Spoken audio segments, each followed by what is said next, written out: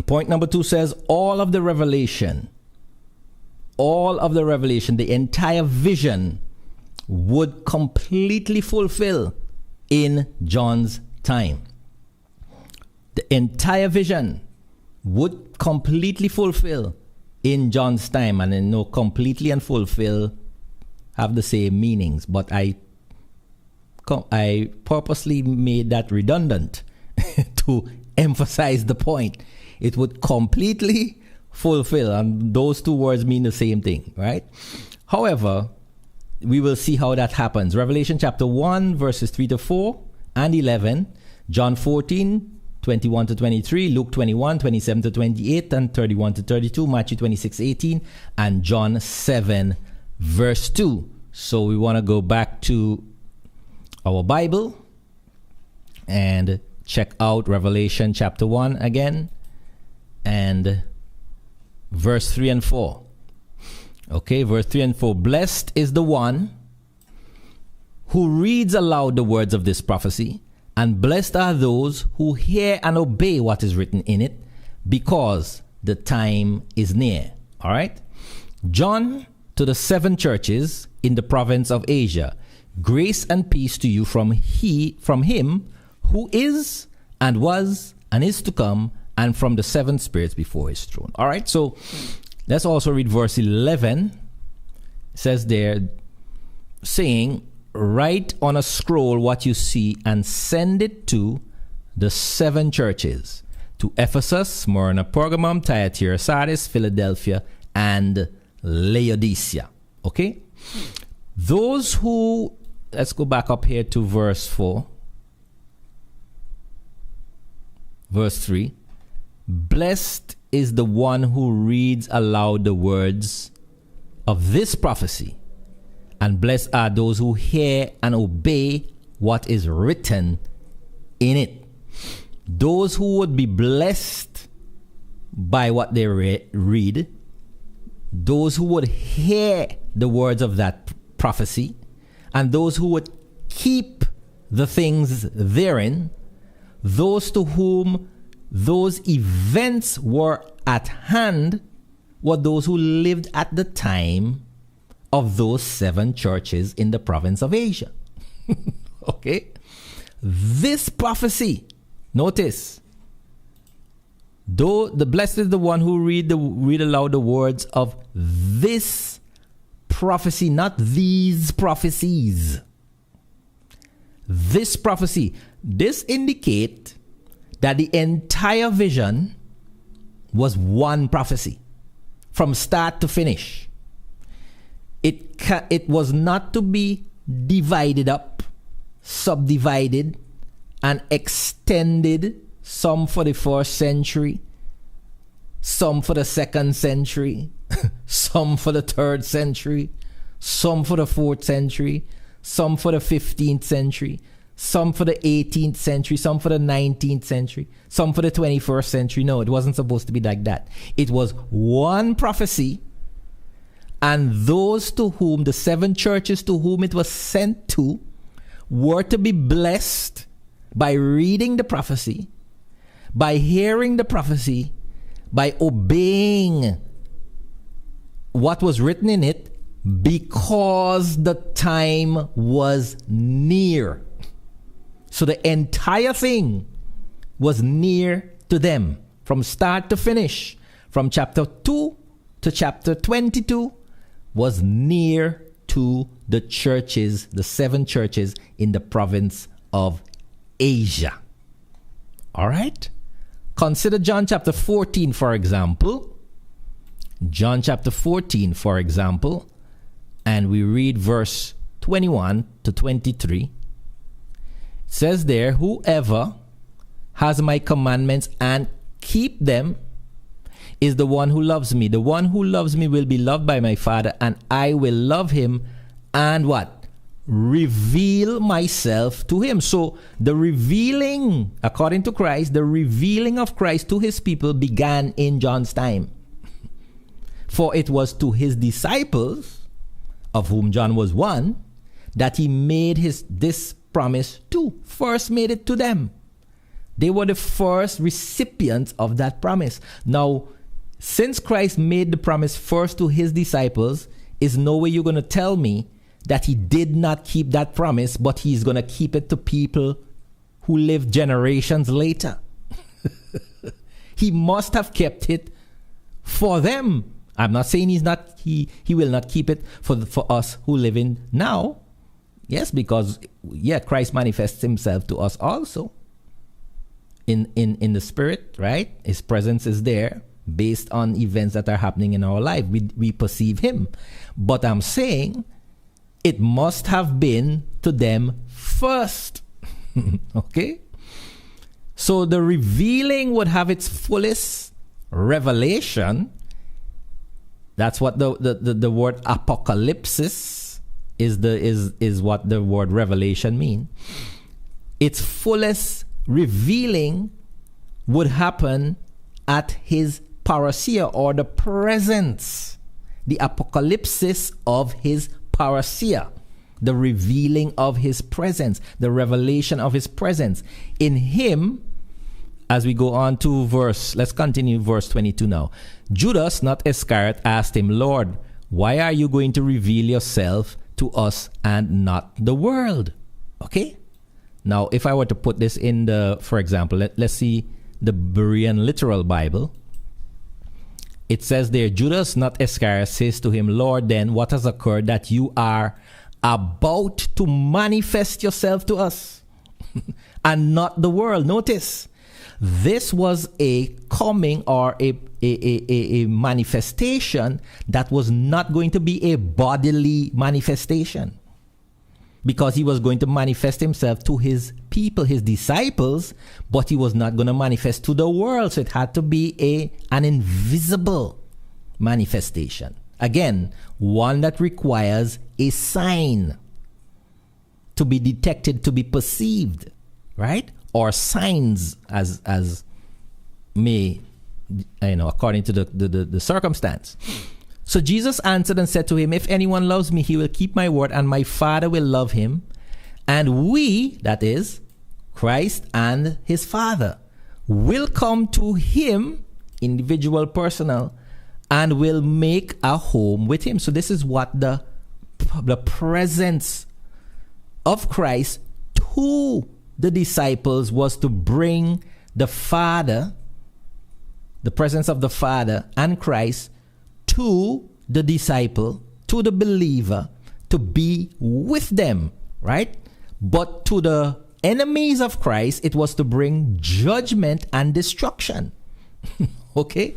So here we have, similarly as in times past, when the presence or the coming of the Lord came to a nation, it was to bring judgment for the disobedient and the transgressor, and salvation for the believer and the obedient, right? Similarly, Christ's coming was to do the same thing. But that in both cases, it was never a coming where there was a visible form of the Lord. Okay? The coming was manifested, the presence was manifested in the circumstances, okay, of what happened, okay? So both the modern church's narrative, the modern church's narrative is that only a portion of the revelation has happened. Because they have divided up the revelation into 7 church ages. And they say, okay, some of it has happened in the apostles' time. Another portion has happened in the time of the Reformation. Another portion has happened in the 19th century. And the remainder we are waiting to happen in our time. Or maybe in our future. Right? That's how the modern church has it. The modern church, but what John has said, what John had received, is that this was one prophecy. It was not a series of prophecies. Okay? The modern church has treated this one prophecy unit as a series of prophecies so that they can as a buffet now and just pick off pieces and say, okay, well, this is when Revelation chapter 2 applies here, Revelation chapter 3 applies there, Revelation chapter 4 applies there, and they would pick out events on a timeline of history which has extended over 2,000 years. Right? But this was a single prophecy, according to Revelation chapter 1, verse 3. Okay?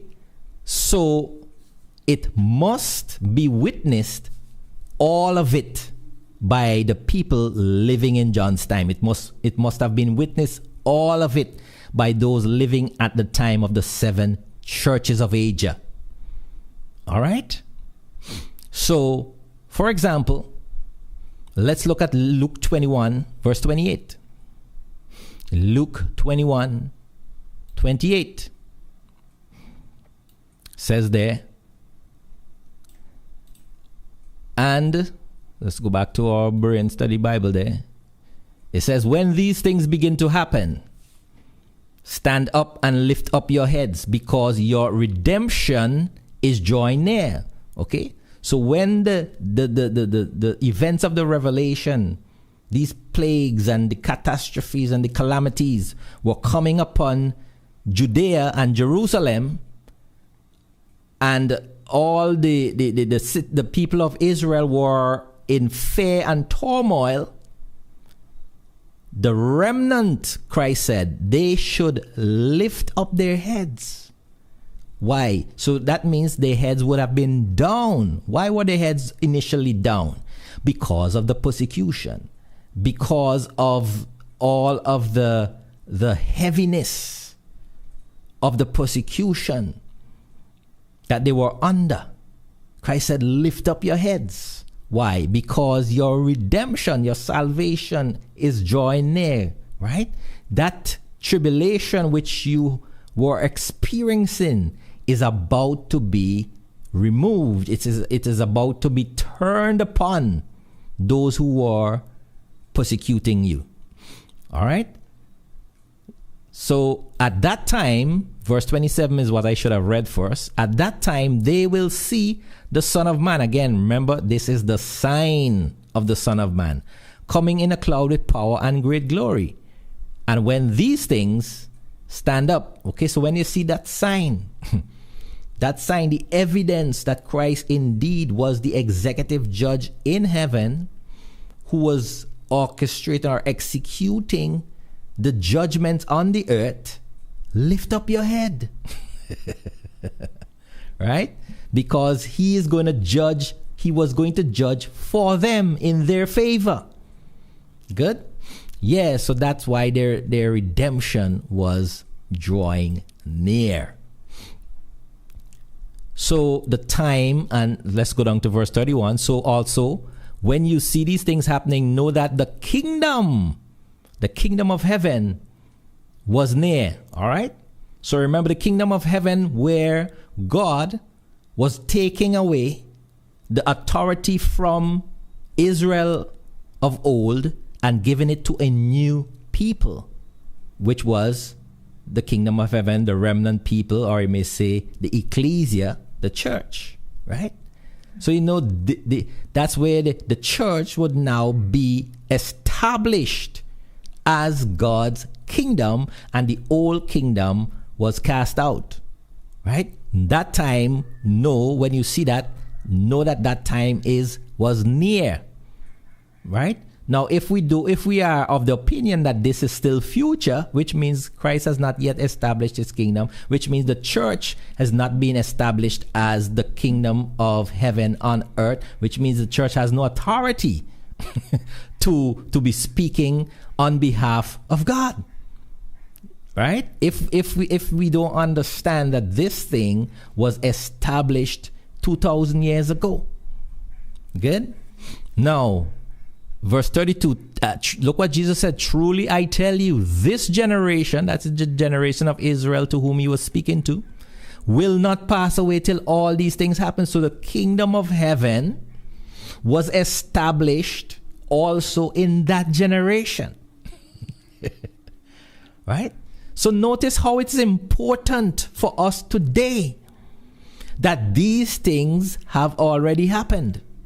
Because if they have not already happened, it means the church today has absolutely no authority to speak as the kingdom of heaven. To be, what's the word I'm looking for? An illegal entity, right?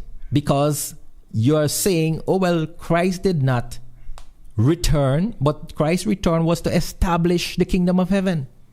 And if he has not yet returned, then you have no authority. You are an illegal entity. You are still under the system of the old, which is exactly what is happening. Yes, because of your perception, you actually are living without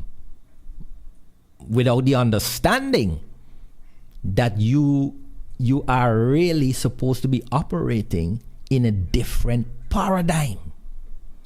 But because many and the modern church does not comprehend it or has not grasped this, that is why it is operating in an old paradigm. But the new has been here for 2,000 years now. All right. Revelation 1:3 tells us that the things given in the vision of the revelation were at hand. They were near. Okay, it's the same Greek word. Look what it says. Blessed is the one who reads the words. Blessed are those who hear and obey it. Because what? The time was near to those who were living in the time of John. Those who were living in the time of the 7 churches in the province of Asia. The time for these things to happen, to be fulfilled, to come to pass, to begin, to wrap up. All of that, it was at that time. Now, I once had a conversation with a brother, and I was showing him this word. Well, in the King James, it would say at hand, okay?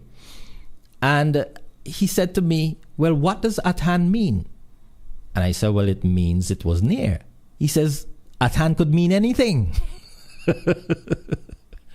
You're right? Because, yes, you have to take that position if you think that at hand means 2,000 years have passed and the thing has not yet happened. Then, yes, that would be your interpretation. But what did Christ mean when he said these things were at hand? Well, let's see. Let's look at some examples, right? Because the word here is engus, right? Show it in the lexicon. Engus means near, literally or figuratively, of place or time.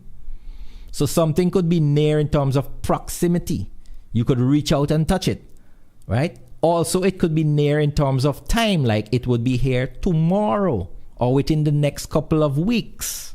So it could be near in terms of location, physical location, or it could be near in terms of space of time. Good? So let's look at some examples of how Christ used engus. Matthew 26 verse 18, for example.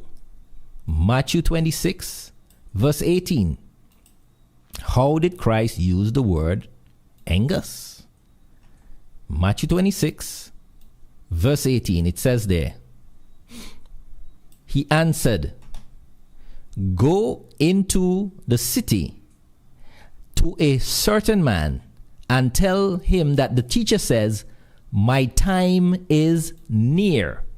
I will keep the Passover with my disciples at your house. When he says my time is near, he meant his crucifixion, his death. Okay? My time is near.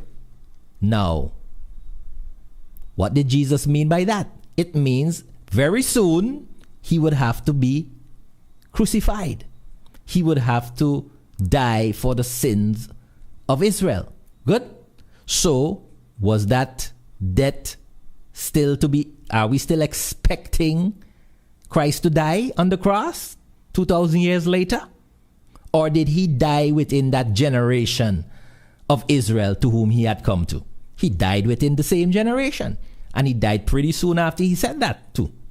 Okay? Let's look again. Let's look at another example. John 7 verse 2. Right? John 7 verse 2.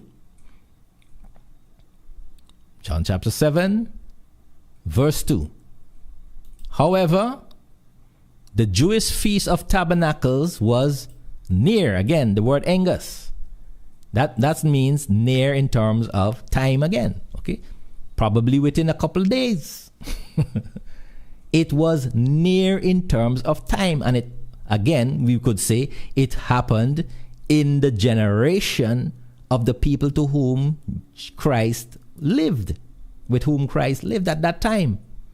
He wasn't talking about a feast of tabernacles that would come thousands of years later after that generation had passed and several other generations had passed. So the word engus always means at least very soon or at most within that person's lifetime. Good? But in either case, they would live to see it. Good? They would live to see it. Now, let me just show you a chart that I have here, right, which demonstrate the understanding of the apostles versus the misunderstanding of the modern generation. All right? The understanding of the apostles versus the misunderstanding of the modern generation.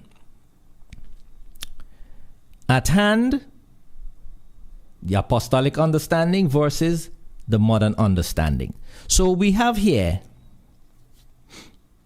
let me just blow up this here so that we can see.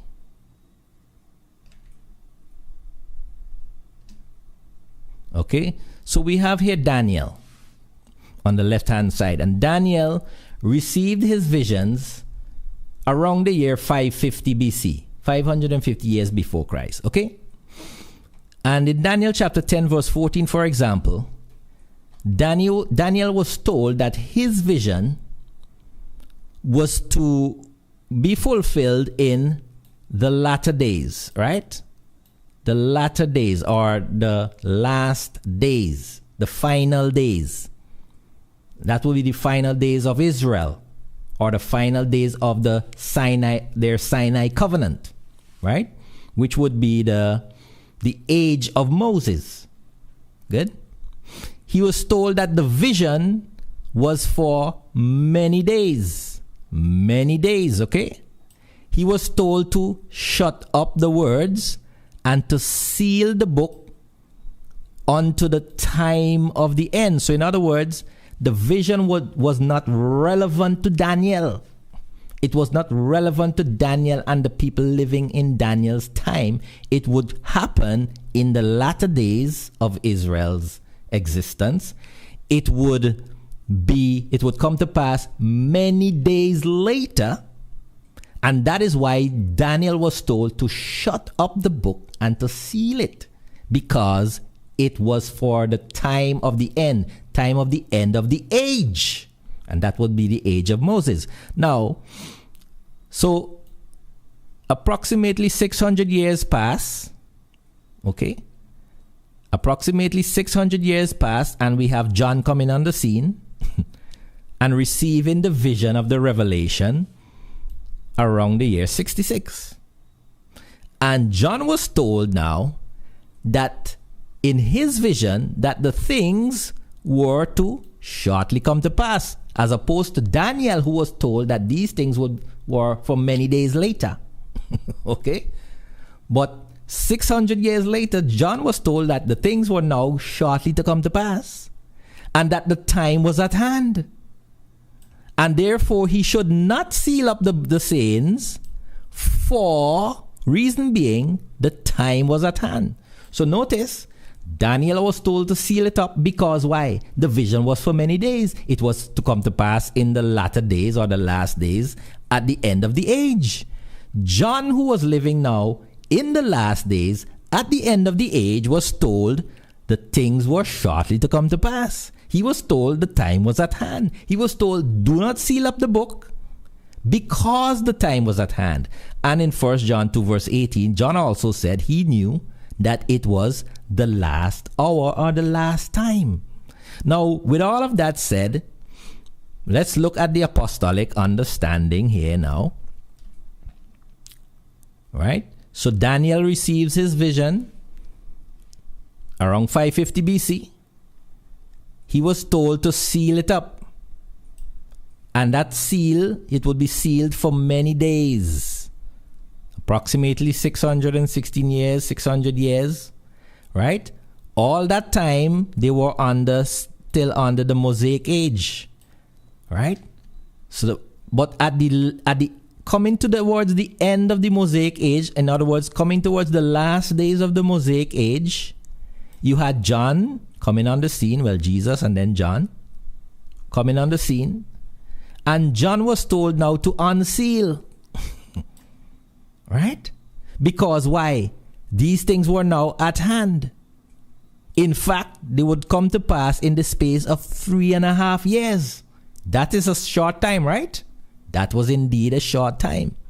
Because why? The end of the age would occur in the year 70. Right? The year 70 was when the temple was destroyed. Okay? And remember Matthew 24 verse 3? What would be the sign of, when would these things be? That is, when would the temple be destroyed? What would be the sign of your presence, visible sign of your invisible presence? And what would be the sign of the end of the age? Well, the temple destruction was the sign of the end of the age.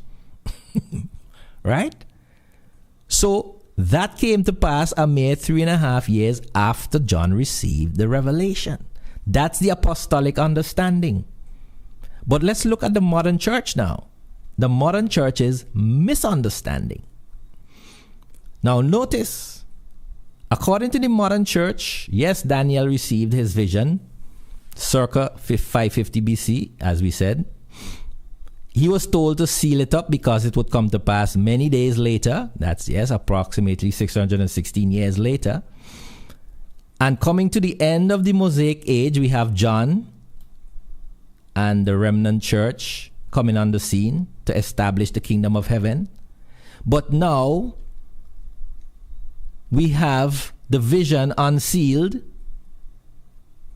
and 2,000 years and counting has passed. Is that still at hand? Is that soon? Is that within the lifetime of John and the 7 churches? We have 2,000 years and counting. And still we have no end of the age in sight. Right? That's the modern misunderstanding. All right? Daniel was 600 plus years before John. Okay?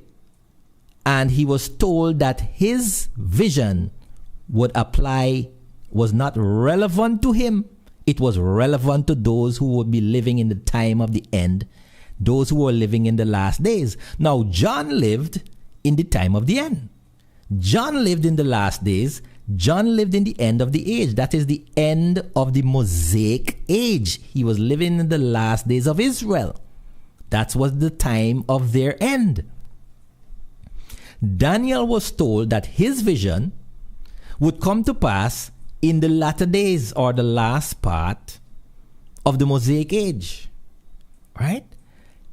Daniel was told to seal up the vision because it had no relevance for his generation. John, on the other hand, who was living in the last days, therefore Daniel's vision was relevant in John's time. And in case in case you're not of the opinion that John was living in the last days, Let's look at Hebrews chapter 1, verse 1. Right? Let's look at Hebrews chapter 1, verse 1. Where are we? Hebrews chapter 1, verse 1 and 2. Right? Let's get the Bible. It says, on many past occasions and in many different ways, God spoke to our fathers through the prophets. But in these last days, God has spoken to us. Who's the us there? Israel. God has spoken to Israel by his Son in the last days. Okay? So when Christ came and began preaching to the lost sheep of the house of Israel, to whom he said he had been sent, that was the last days of Israel. So John was living in the last days, the same last days which Daniel's visions were to come to pass and be relevant for. And that is why Revelation now was an unsealing of the visions of Daniel. John was told, do not seal it, because the time was now at hand. It was now relevant for his generation living in the last days. Therefore, according to the modern misunderstanding, the last days have been extended for more than 3 times as long as the many days in which they were sealed. You notice that? Let's go back to that that chart and look at something. Huh? Look at something here. Let me just give you an overview. Right. Okay. Look at this. You have the Daniel's vision being sealed for 600 plus years. Okay? And then when it came to John's time now, in which it was unsealed and it was at hand, the at hand now extends 2,000 years, which is 3 times as long as the time in which it was sealed. So you want to tell me that when God said this thing was at hand, he meant it was going to stretch 3 times longer than when it was sealed up and not at hand? So according to the modern misunderstanding, the revelation had no relevance to John's generation either. Because you remember, John chapter 1, well, first Daniel was told, seal up the vision because it's not relevant for you. But John was told, don't seal it because the time was at hand, meaning it's relevant for your generation. But the modern misunderstanding says, no, it wasn't relevant for John's generation either, because it still is not yet fulfilled, according to them. So really, when I began to see what the apostles' understanding was, then I had to put away the modern misunderstanding. I had to bring my understanding in line with the apostolic understanding, because Christ is the chief apostle. Right? Christ is the chief apostle, and he was giving his apostles his understanding. He was communicating, he was sharing how he understood things. And that's why one of the things, when we see who Christ is, whom the revelation reveals Christ as, we would have no problem in understanding and receiving and keeping Christ's understanding, the way that he understood things, because I know who Christ really is. Right? And Christ being whom he really is, then I have to say, well, okay, since Christ is that, and Christ interpreted these prophecies this way, then I need to look at them the same way. So in the context of Jesus' prediction to his disciples, the most reasonable interpretation of at hand would be the event would occur before the last one, at least the last one of them, tasted death. Okay? It would be reasonable for me to say that these events would occur before John tasted death. It would be reasonable for me to say that the time for example, the opening of the seventh seal, the scroll in Revelation 5 was near to John's time and would occur before John tasted death. It would be reasonable for me to say that the sealing of the servants of God in Revelation 7 was near and was occurring and would be completed before John tasted death. It would be reasonable for me to say, and for us to say, that the 7 angels sounding their trumpets in Revelation 8 would be completed before John tasted death. It would be reasonable for me to say that the trampling of the holy city in Revelation 11, the trampling of Jerusalem by Rome, would happen before John tasted death. It would be reasonable for me to say that the casting out of the red dragon and his messengers in Revelation chapter 12 would happen before John tasted death. It would be reasonable for us to say that the mark of the beast and the number of the beast in Revelation 13 would come to pass before John had tasted death. The 144,000 of Revelation 14 happened before John tasted death. The 7 last plagues of Revelation 15 happened before John tasted death. The marriage of the Lamb happened before John tasted death. All right? The first and second resurrection, the 1,000 years of Revelation 20, the new heaven and earth, and the new Jerusalem of Revelation 21 coming down, all happened before John tasted death. And most importantly, the coming of Christ in Revelation chapter 22 happened before John tasted death.